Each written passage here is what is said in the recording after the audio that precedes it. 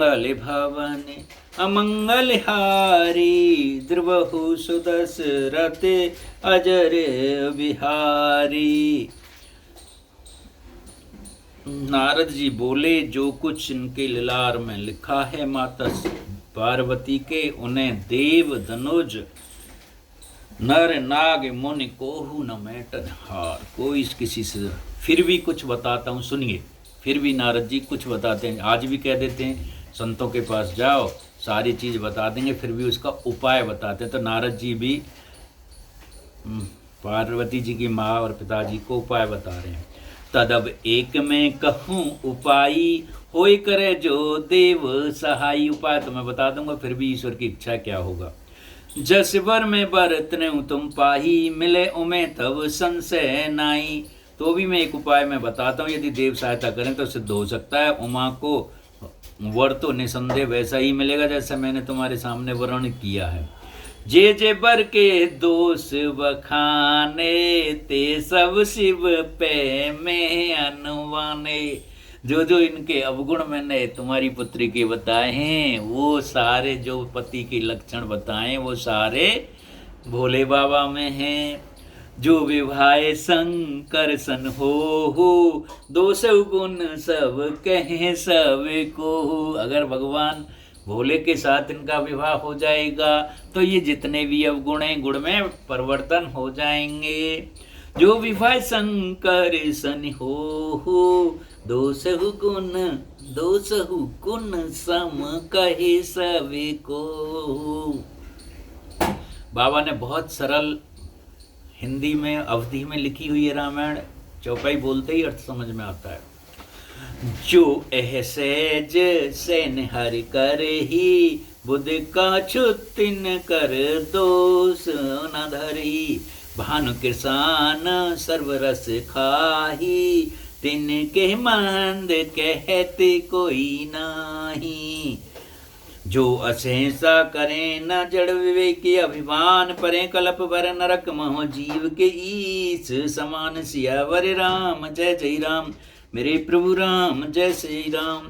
जैसे विष्णु भगवान शेषनाग की सैया पर सोते हैं, शेषनाग की सैया भी कोई सोने की है, वो सांप पे ही सोते हैं, तो ऐसे ही बता रहे हैं। जैसे विष्णु भगवान शेषनाग की सैया पर सोते हैं तो पंडित लोगों ने कोई दोष नहीं देते।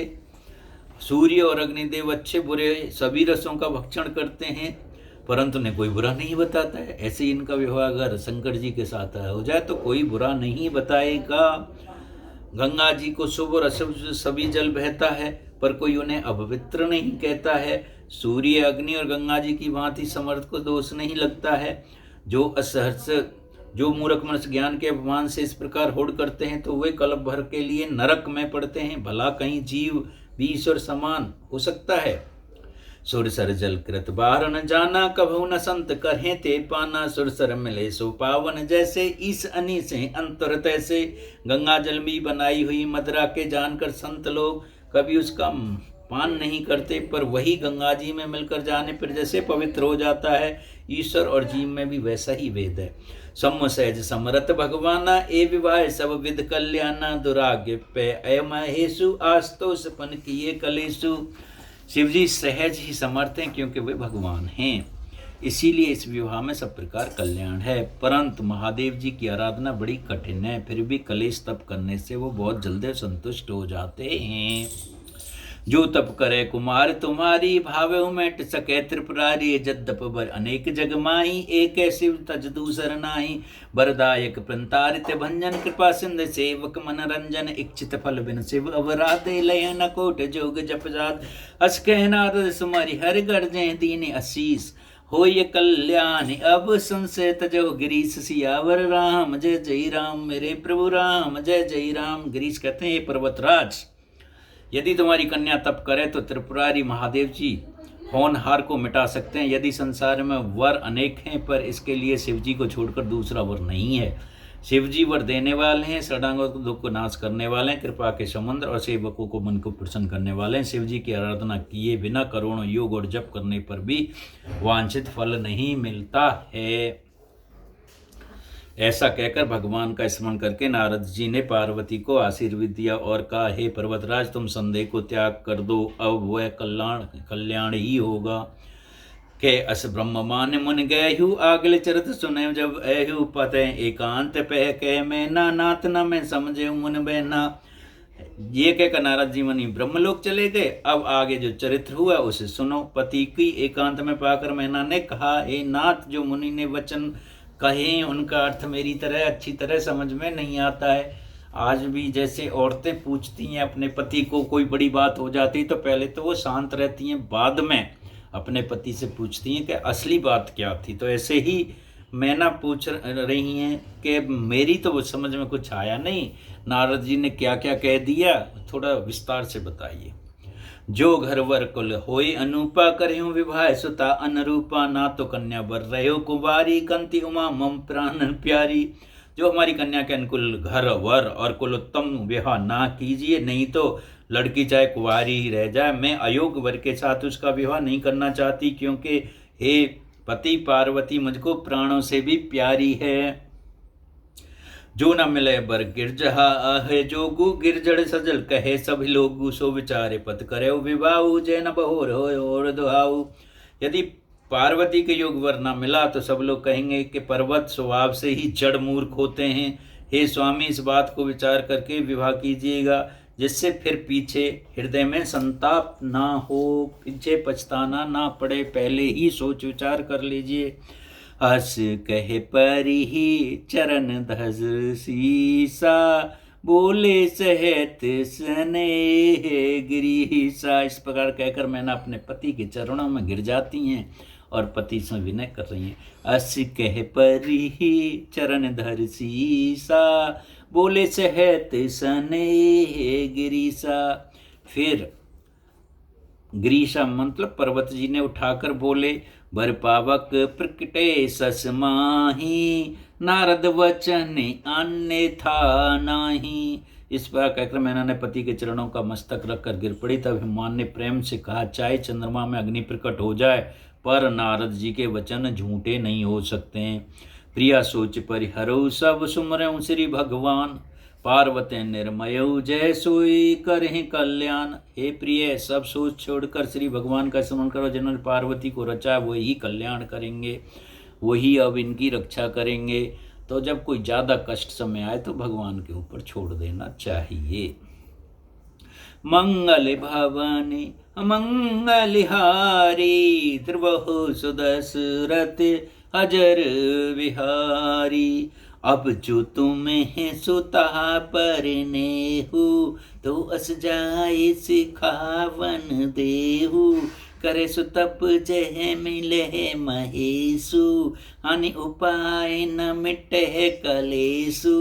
और अपनी पत्नी से कैसे बोले पर्वतराज, अब यदि तुम्हें कन्या पर प्रेम है तो जाकर उसे ऐसी शिक्षा दो कि वो ऐसा तप करे जिससे शिव जी मिल जाएं। अगर तुम्हें समझाना ही है अपनी बेटी को तो इस तरह से समझाओ कि तप करे और भोले बाबा मिल जाएं तो सब काम। दूसरा उपाय ये कलेश, और इस दूसरे उपाय से ये कलेश दूर नहीं हो सकता है।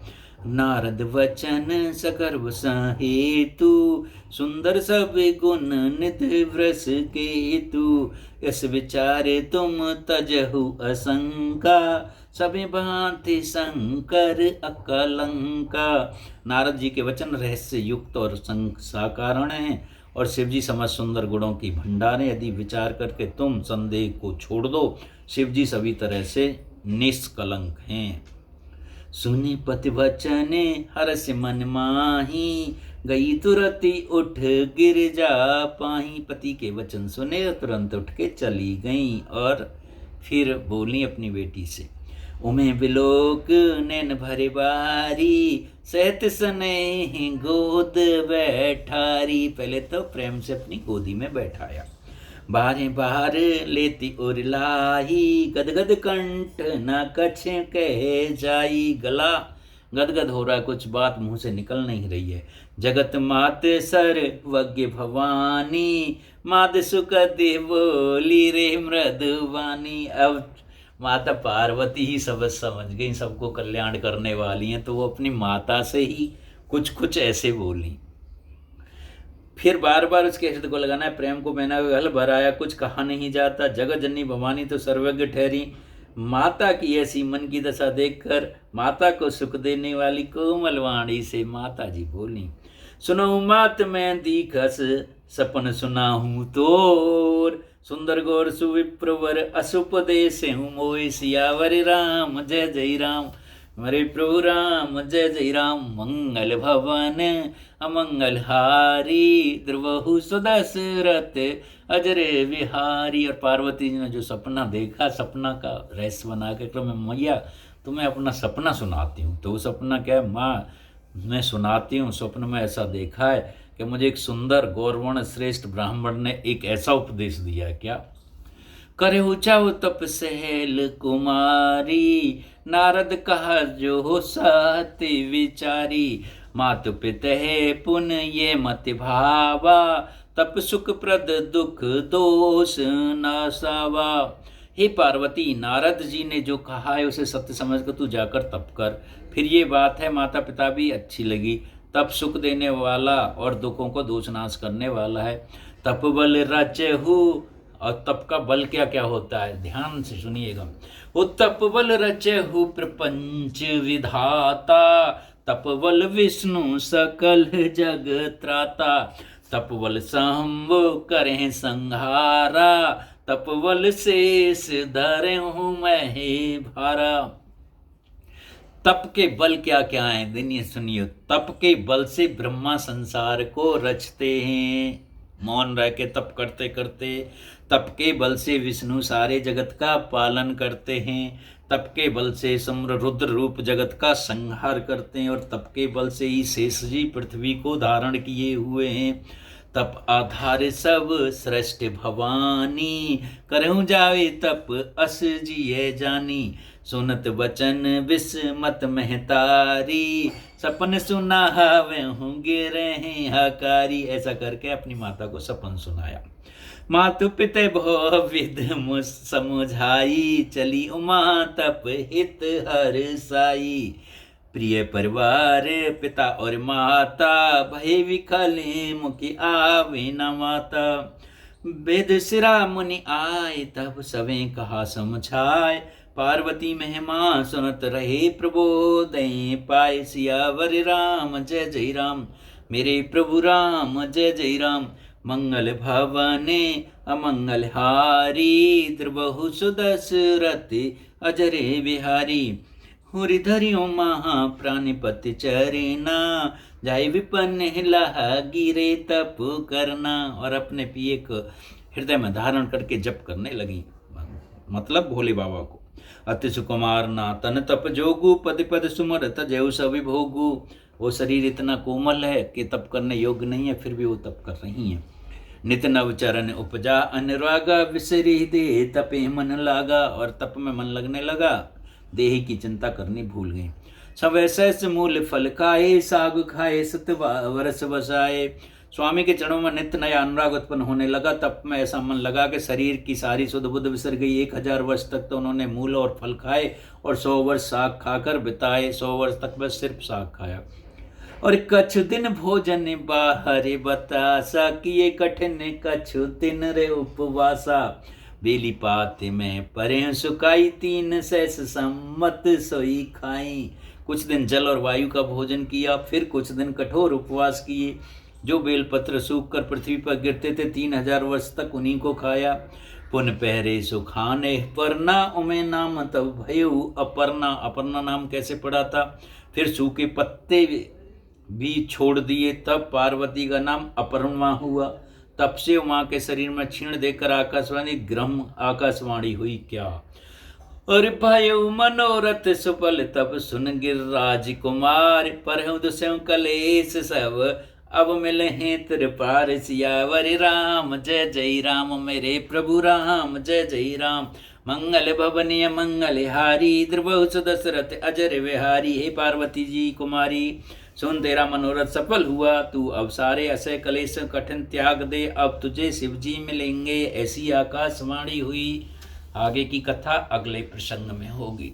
बोलो सियावर रामचंद्र की जय, पवन सुत हनुमान की जय।